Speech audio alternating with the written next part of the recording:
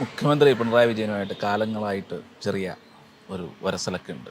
എനിക്ക് ഒരു വർഷമില്ല. അയ്യോ, അങ്ങനെ നമ്മുടെ മുഖ്യമന്ത്രിയല്ലേ, അങ്ങനെ വർഷം പാടില്ല. അങ്ങനെ ഇത്രയും മാന്യനായ ഒരു കൊള്ളക്കാരൻ ലോകത്തുണ്ട്. പാവം പുള്ളി. എനിക്ക് അങ്ങനെയുള്ള പിണക്കെന്താണെന്നറിയാം. ഞാൻ സത്യം പറയാം, പുള്ളി ഇലക്ട്രിസിറ്റി മന്ത്രി ആയിരുന്നപ്പോൾ കേരളം കണ്ട ഏറ്റവും നല്ല ഇലക്ട്രിസിറ്റി മന്ത്രിയാണ് പിണറായി വിജയൻ. പിണറായി വിജയൻ ഇലക്ട്രിസിറ്റി മന്ത്രിയെ 2.5 കൊല്ലം ഇരുന്നില്ലായിരുന്നെങ്കിൽ ഇന്നും കേരളം ഇരുട്ടിലായിരുന്നു. കേരളത്തെ ഇരുട്ടിൽ നിന്ന് രക്ഷിച്ച ഏറ്റവും പ്രഗത്ഭനായ വ്യക്തി വൈദ്യുതി മന്ത്രിയായിരുന്ന പിണറായി വിജയനാണ്. 1676 മെഗാവാട്ട് വൈദ്യുതി ഉൽപ്പാദിപ്പിച്ച് 2.5 കൊല്ലം കൊണ്ട്. അതാണ് ഇപ്പോഴും നമ്മൾ പിടിച്ചിരിക്കുന്നത്. മനസ്സിലായില്ലേ? ആ പിണറായി മുഖ്യമന്ത്രിയായി 5 കൊല്ലത്തേക്ക് പിന്നെയും കൊള്ളായിരുന്നു. അത് കഴിഞ്ഞപ്പം ഈ മക്കൾ എല്ലാ തന്തമാർക്കും ഒരു ദൗർബല്യമാണ്. അതാ പ്രശ്നം. അത് ഈ കാരണവര് ഞാൻ എൻ്റെ മക്കളെ തിരിഞ്ഞു നോക്കില്ല, വേണം ജീവിച്ചോളൂ. ഇത് എൻ്റെ മൂത്തവനുണ്ട്, അവൻ ഇപ്പോൾ എറണാകുളം പോയെന്ന് ഇവിടെ ആരോ പറയുന്നത് കേട്ടു. ഞാൻ അന്വേഷിക്കുന്നില്ല. അവന് പ്രായമായി, അത് 40 വയസ്സായി. അവൻ ഇഷ്ടമുള്ളടത്ത് പോകാം, ഞാൻ ഇടപെടുകയാണ്. അവന് ഇഷ്ടമുള്ള രാഷ്ട്രീയം. മനസ്സിലായില്ലേ? എൻ്റെ രണ്ടാമത്തെ വേണം, അവൻ MBBS കഴിഞ്ഞു. അവന് ജീവിച്ചിരിക്കുന്ന പോലും ഞാൻ അന്വേഷിക്കുന്നില്ല. അവൻ ഇങ്ങോട്ട് വിളിച്ചാൽ എൻ്റെ മനെ വിശേഷ സുഖം, ഓക്കെ, തീർന്നു, അതുള്ളൂ. ഞാൻ ഇന്ന് അവൻ സേവനം ചെയ്യുന്ന ബിലീവേഴ്സ് ചർച്ച് ആശുപത്രിയുടെ 15 കിലോമീറ്റർ 16 കിലോമീറ്റർ അടുത്ത് വരെ എന്നിട്ട് ഞാൻ അവിടെ പോയില്ല. അവൻ അവിടെ ജോലി ചെയ്യേണ്ട കാര്യം, അവന് ഡോക്ടറാണ് സേവനം ചോദിക്കുന്നത്. നമ്മളിന്ന് അന്വേഷിക്കണം. വല്ല ആവശ്യമുണ്ടെങ്കിൽ ഇവിടെ വരും. അപ്പോൾ ഞാൻ പറയുന്ന ആവശ്യം എന്താണ് ചെയ്ത് കൊടുക്കുകയും ചെയ്യും. അങ്ങനെയാണ് നമ്മളൊക്കെ. ഇത് പിണറായിക്ക് പറ്റിയ മക്കളെ പറയാമോ? ആ മകനും കുഴപ്പമാണ്, മകളും കുഴപ്പമാണ്. മകൻ ഭേദമെന്ന് ഞാൻ വിചാരിച്ച്. അവനും വലിയ ബിസിനസ്സുകാരനാണ്, കുഴപ്പക്കാരനാണ്.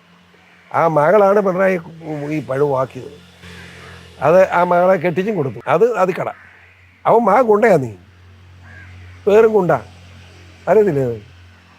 അതായത് കോഴിക്കോട് നമ്മുടെ ഇവനില്ലേ, നമ്മുടെ ഈ നന്ദകുമാർ അന്ന് ഡെയിലി പത്രമൊക്കെ അതിൻ്റെ പേര് പറഞ്ഞ് ഒരു പത്രമാണ്. പത്രമൊക്കെ ഇറക്കി ഭയങ്കര പ്രസമൊക്കെ ആയിരുന്നു. സ്ഥിരമായിട്ട് പിണറായിക്കിട്ട് കുടയുണ്ടായിരുന്നു.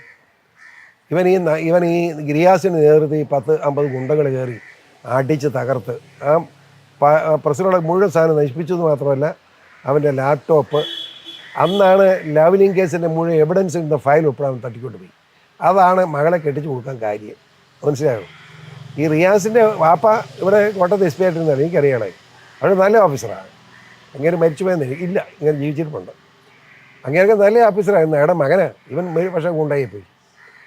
ആ ഗുണ്ടായുസത്തിൻ്റെ പേരിൽ പിണറായി മകളെ കെട്ടിച്ചു കൊടുത്തു. കാരണം അതിൻ്റെ ചരിത്രത്തിലേക്ക് ഞാൻ കിടക്കാം, അത് പറയുന്ന പേഴ്സണലായ കാര്യം ഇടപെടാതിരിക്കില്ല.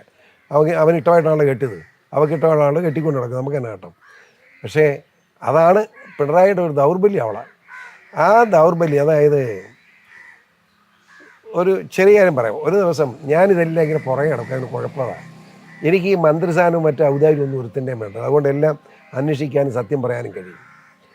ഞാൻ തിരുവനന്തപുരത്ത് ഇരിക്കുമ്പോൾ എനിക്ക് ഒരു മെസ്സേജ് വന്നു, പിണറായി വിജയൻ അങ്ങോട്ട് പോകുന്നു, കുവൈറ്റ് അങ്ങോട്ട് പോവുകയാണ്, അറേബ്യൻ രാജ്യങ്ങളിലേക്ക് സന്ദർശനത്തിന് പോകുന്നു. വെരി ഗുഡ്, ട്രെയിൻ നിൽക്കാനാണ് കേട്ടെന്ന് ചോദിച്ചു. ഒരു ബാഗേജ് ഇവിടെ കൊണ്ടുപോയിട്ടില്ല, അത് കൊടുത്തുവിടാൻ പറഞ്ഞ മെസ്സേജ് വന്നിരിക്കുന്നത്. അപ്പോൾ ഞാൻ പോയല്ലോ, ഇന്നലെ പോയതാണ്. ഞാൻ ബാഗേജ് വരുമ്പോൾ സ്കാൻ ചെയ്യാൻ പറഞ്ഞു. എന്നൊന്നും അറിയണ്ടേ. സ്കാൻ ചെയ്ത ഉദ്യോഗസ്ഥർ അന്നേരം വിളിച്ചു, സർ ഇത് മുഴുവൻ ഡോളറാണ്. അതെ, വലിയ ബാഗേജ് നിറച്ച് ഡോളർ കേരളത്തിൽ നിന്ന് സൗദിയിലേക്ക് കൊണ്ടുപോകേണ്ട അറേബ്യൻ രാജ്യത്ത് കൊണ്ടുപോകേണ്ട കാര്യം എന്താ? മുഖ്യമന്ത്രിയാണ്. തിരിച്ചങ്ങേര് വന്നപ്പം വരുന്ന സാധനം മുഴുവൻ നേരെ ക്ലിഫ് ഹൗസിൽ എത്തിച്ചു കൊടുക്കാൻ പറഞ്ഞു. ഞാൻ അതും സ്കാൻ ചെയ്തു. അല്ലെങ്കിൽ സ്കാൻ ചെയ്യുമവർ. നമ്മുടെ സ്പെഷ്യൽ ടീം ഉണ്ടായിരുന്നു അവിടെ. നോക്കിയാൽ മുഴുവൻ സ്വർണ്ണമാണ്. എന്നാലോചിച്ച് ഞാൻ അന്ന് പത്രസമ്മേളനം നടത്തി. പിണറായിക്ക് മിണ്ടാൻ പറ്റിയില്ലല്ലോ. അതല്ലേ നമ്മുടെ വലിയ ഉരുളിയല്ലേ സ്വർണം കൊണ്ട്. എന്നാ എനിക്ക് തന്നെ പിണറായി വിജയൻ ഇപ്പം കഞ്ഞിയൊക്കെ വെക്കുന്ന വലിയ സ്വർണ്ണ ഉരുളിയിലാണോ എന്ന് എനിക്ക് സംശയമുണ്ട്. അങ്ങനെ അതാണ് എനിക്ക് ഇഷ്ടപ്പെടാൻ പോയത്. ഞാനല്ലേ പിണറായി അനുകൂലിക്കുന്നവനായിരുന്നു.